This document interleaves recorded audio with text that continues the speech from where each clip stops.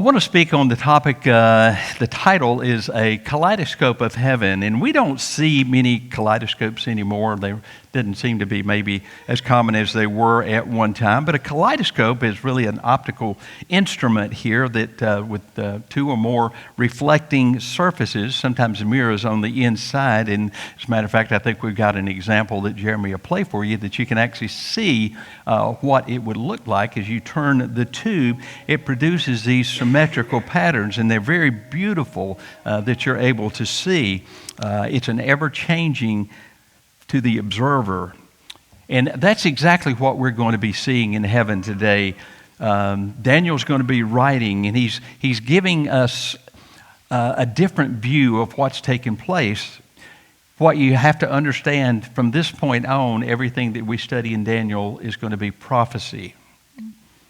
He's not telling us what is, he's telling us what will be. And his vision will take us into the throne room of God. And there we're going to be given a vision of the future. We're going to see the Ancient of Days, which will be God the Father. We're going to be able to see the demise of the Antichrist, that fourth kingdom that we spoke about last week. And then we're going to see the beginning of the millennial reign of Christ, in which we read about in Revelation chapters 19 and 20. So what you're seeing in Daniel chapter 7, we also see corroborated in the book of Revelation in John's accounting here. And today the message from Daniel, it's going to be like carrying us to the end of a suspense-filled book here where we are seeing a few of the highlights of what's taken place. The events that's going to be occurring, we'll be studying in the coming weeks in our messages here. But he's going to be highlighting some of the major events here concerning not only world events but also biblical prophecy and the last days, which are still yet to come. Daniel will not experience this himself. He will be just telling us about what will be one day. On September the 8th, 2022, Queen Elizabeth II passed. She was the age of 96. She was the longest reigning monarch from the British throne there. And she and Daniel, they have a little bit of something in common. It's been said here that the Queen has something yet to say. And we're not going to know exactly what that is until another 60 years from now. Because the Queen, she had written a letter, and she had written it to the people of Sydney, Australia, but it was to be unveiled in the year of 2085. Right now, it's being kept in a vault. And it was going to be released 100 years after the initial writing. The Queen wrote, and it was August 1986. It was one of her 16 visits there to Australia, and she addresses it to the just and honorable Lord Mayor of Sydney, Australia, with specific instructions on a suitable day selected by you in the year of 2085 AD, would you please open this envelope and convey to the citizens of Sydney my message to them? And then she signs it, Elizabeth R. What is interesting that not even the Queen's closest confidants know what is in the letter. The Queen did not tell anybody. And only the mayor of Sydney, Australia in 2085 has the privilege of opening that letter. And the interesting thing is that the mayor may not even be born yet, because it's still 60 years before that particular person will unveil what the Queen had written. For us, Daniel, he's going to be a little bit more forthcoming to us in preparing us for God's message there. And I think one of the reasons is because the message that Daniel was going to be sharing, not only is it life-altering, but it also is a message that's going to be eternal. And we're going to be, again, looking from the throne room of heaven. And Daniel writes, he says, I watched till thrones were put in place, and the Ancient of Days was seated. His garments were as white as snow. His head was like pure wool. His throne was like a fiery flame. Its wheels a burning fire. A fiery stream issued and came forth from before him. 1,000 thousands ministered to him. 10,000 times 10,000 stood before him. The court was seated, and the books were open. What we are looking at and what we're seeing here is a very daunting and impressive behind-the-scenes look at the throne room of God. It's going to be one that's going to be set up at the end of the tribulation period and just prior to the millennial reign of Christ.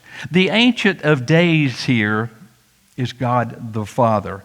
He has supreme rule, and he's going to be seated upon his throne.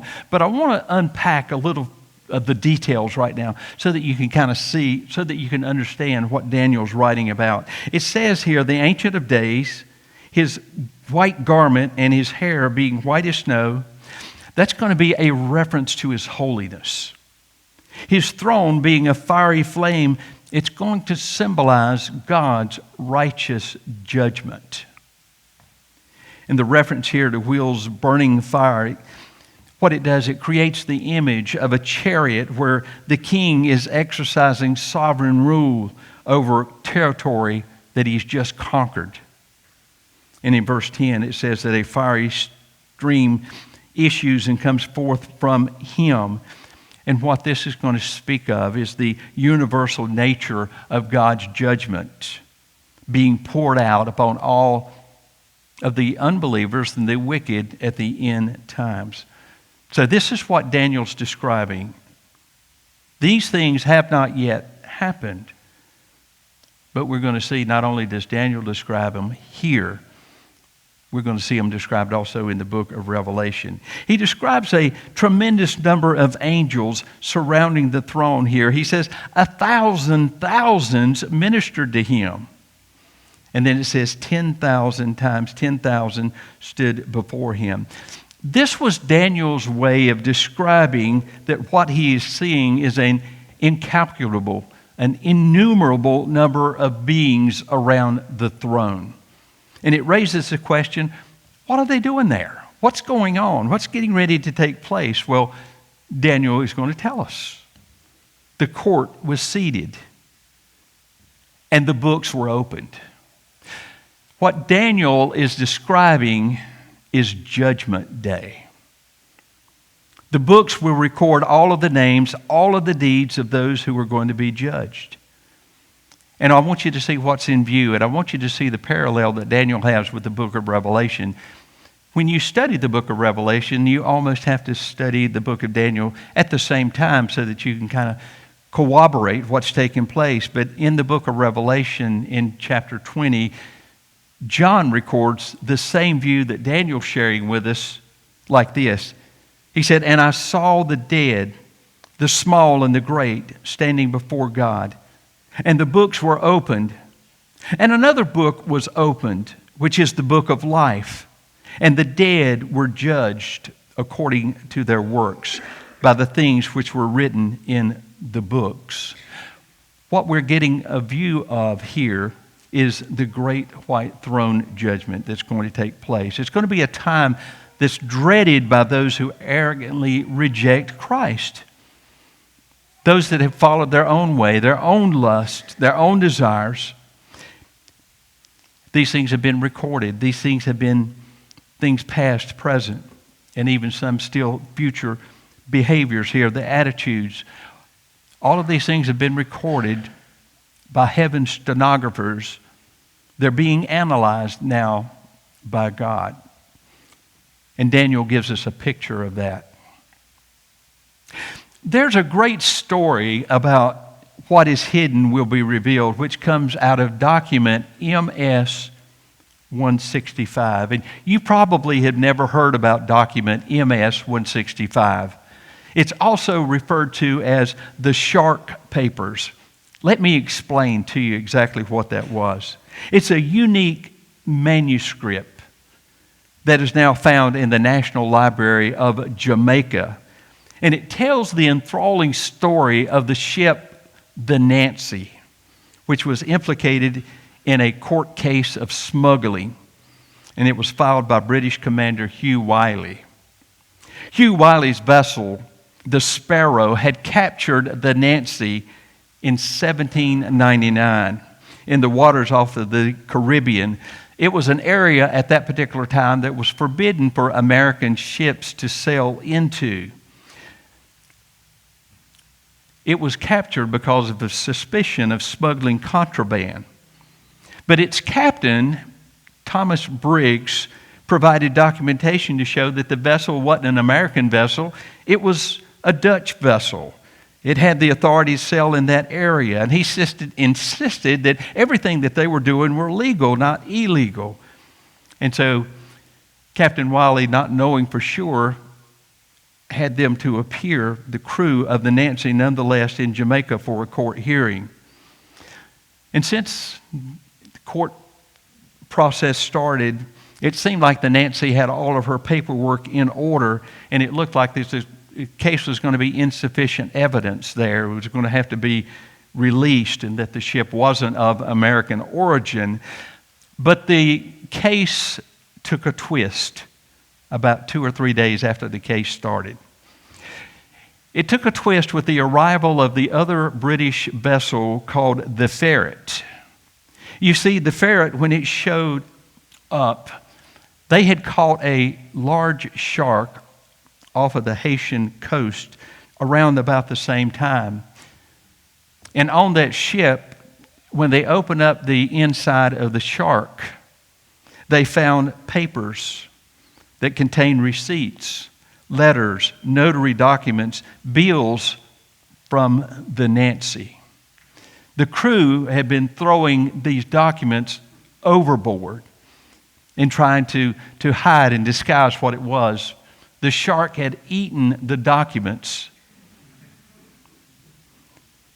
The other British ship had captured the shark, cut the shark open, and eventually Captain Briggs was indicted for smuggling contraband and perjury. Well, how does that relate to us? Sometimes we go through life and we're thinking maybe the indiscretions that we have, the little ideas, some of the activities we're involved with, nobody will know because we don't get caught immediately. Perhaps maybe we've gotten rid of the evidence. The Bible paints a different picture. The books here are opened and they reveal, and what is recorded is the thousands upon thousands of these heavenly accountants have recorded everything that's taken place. And it brings me to the second thing I want you to see, a season of dominion. I watched then because the sound of the pompous words from which the horn was speaking. I watched till the beast was slain and its body destroyed and given up to the burning flame. And as for the rest of the beasts, they had their dominion taken away, yet their lives were prolonged for a season and a time. What Daniel is telling us here, remember last week we talked about the 3 kingdoms, or the 4 kingdoms actually. The very fourth one was the kingdom of the Antichrist. And this is what is in view here. These events, these items here are still yet future. And Daniel said, I watched then because the sound of the pompous words which the horn was speaking, that is going to be the Antichrist. He is going to be Satan incarnate. And we see here, even in heaven, he can't behave. Have you ever had a mosquito when you've been outside around, it's kind of flying around your head? And it's going bzzz, and you hear it and you know it, and you said, boy, if that thing lands, and all of a sudden it lands on your hand, and you look and you say, what you've done is you've issued judgment on that mosquito, have you not? Well, this is kind of what's taking place here in heaven.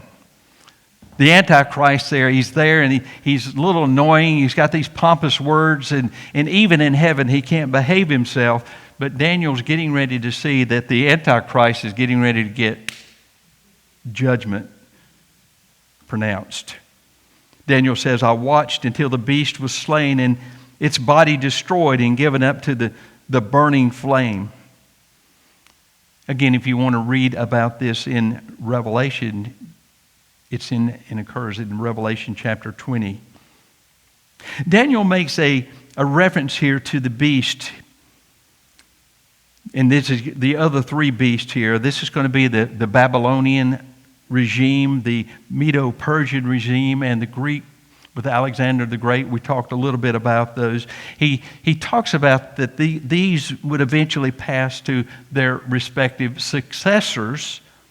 And the phrase here, a time and a season, it's really sort of a little idiom for an indefinite period of time, that they would actually rule for a while and then they would be off of the scene. And there's not a particular time frame per se.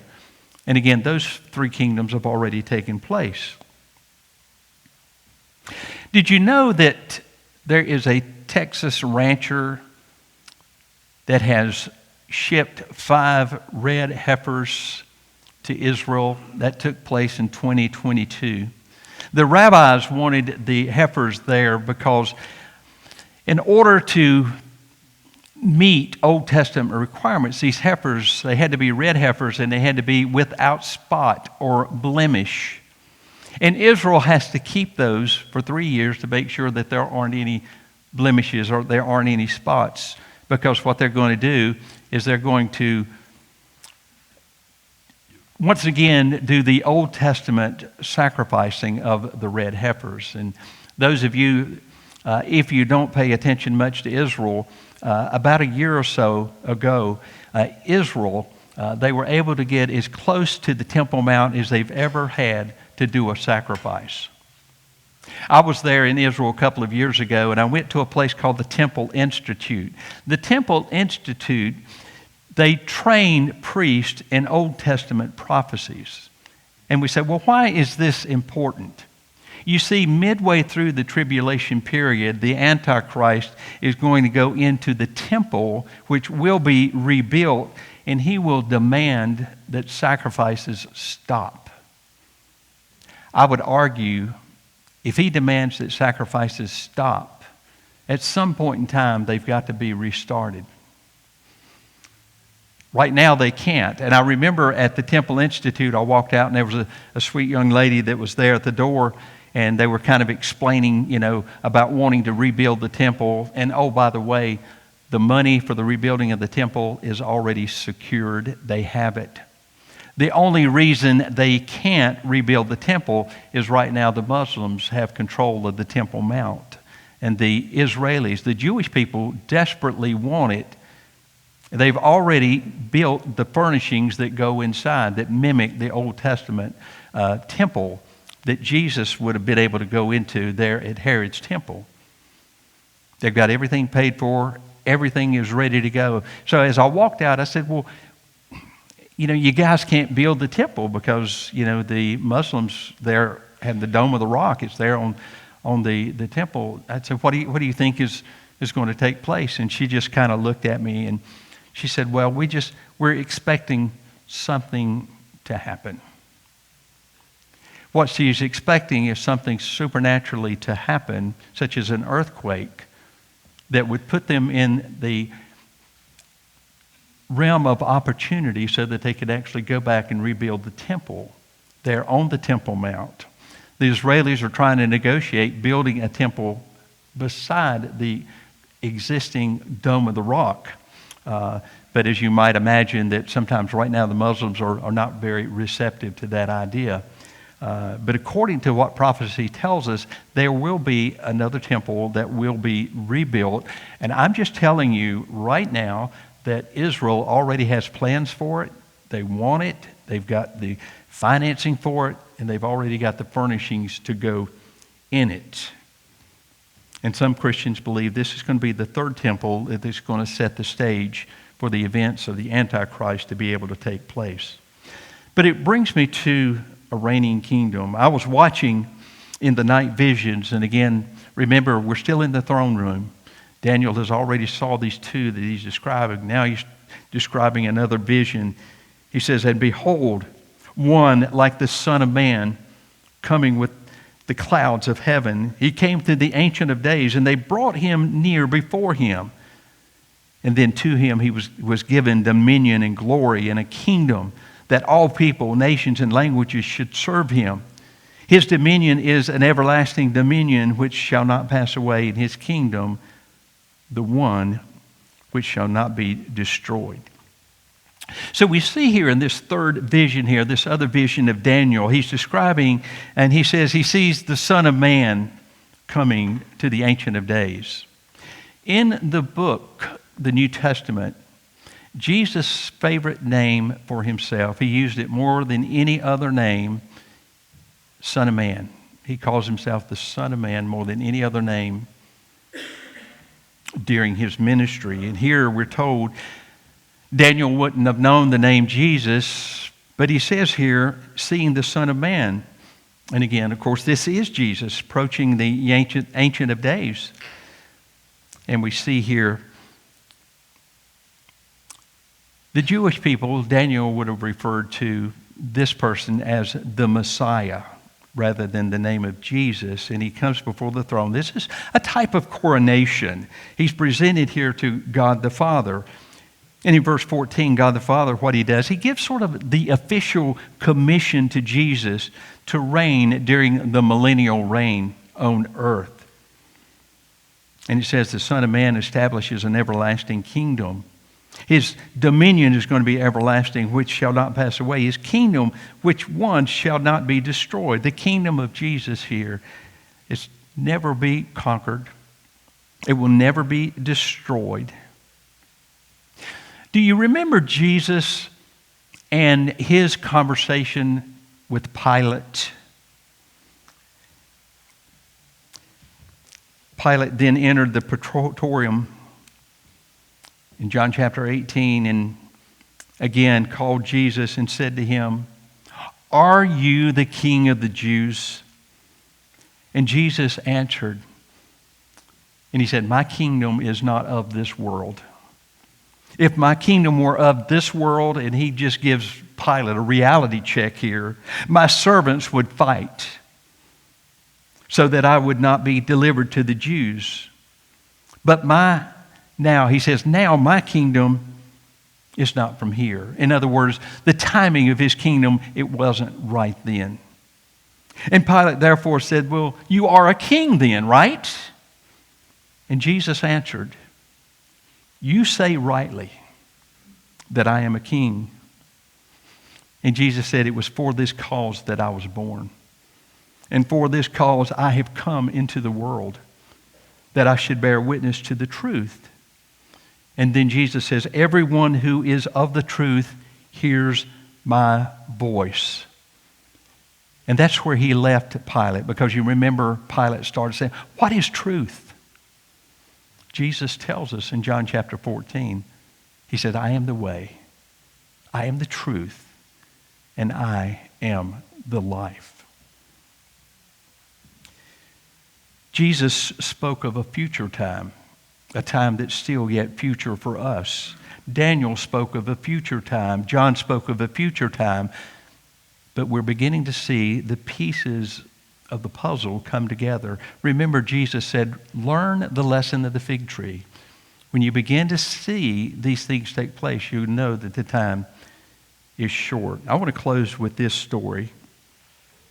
One Sunday morning, a fellow woke up. It was about 5 a.m. His wife and children were asleep, and he was kind of glad that perhaps maybe he would be able to go downstairs and brew himself some coffee and be able to read the morning paper. 3 sentences into the article, his 5-year-old daughter came down the stairs there. And he said, "Honey, go back to bed. It's 5 o'clock. It's early in the morning." And his daughter said, "Well, I'm not sleepy."